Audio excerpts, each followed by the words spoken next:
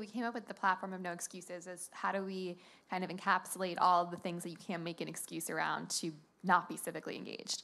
And then we realized after the success around the registration that this was a marketing platform for us to build off of. And so we created this knowing that we would take on issue by issue over a certain period of time and really do a deep dive with our audience, getting rid of any excuse that they would think that they have around not engaging around this topic. So the first one we chose for 2017 was immigration. We had a gut feeling that immigration was something that was going to come up early in the news cycle. Obviously, we all know it did. So our timing was really great. But what we did is we first surveyed our audience, like, what are the issues you care about? Early in January, they said immigration was 9 out of 9. Immediately after the executive orders came down, immigration jumped to top 3. And so we knew that, like, okay, like this was confirming what we thought. We developed a whole curriculum around everything, every word you needed to know about immigration, all the vocabulary that goes along with it. We created a citizenship test that hundreds of thousands of people have taken on our site to just understand what goes into the pathways of becoming a citizen.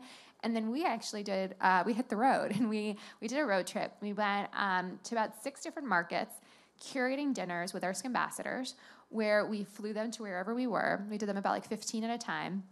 We brought people who disagreed with each other. We brought people who were undocumented immigrants. We brought people who lived in border towns. We brought people who were former military members.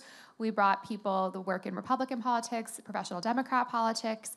And we said, okay, this is what we all agree on, and we're going to talk about the things we all disagree on. And by the end of the dinner, you had no idea who supported what side. Every single person said it changed their life. And you really, it changed your opinion on at least one thing. And it was probably the most special experience we've had personally.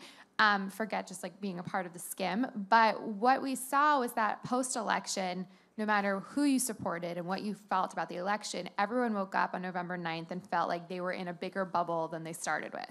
And their Facebook feed felt something different than their friend's Facebook feed, and people are commenting, you know, I'm unfriending so-and-so because I can't hear what they have to say about this candidate. And that's not helpful to anybody. And like it really annoyed us that people, the response to political divisiveness has been building out a bigger echo chamber for yourself. And so we felt that it's our duty to get people to understand those that disagree with each other. And so that's really what No Excuses has been about, which is understanding bigger issues. And from those bigger issues, then understanding what people disagree about and understanding the other side.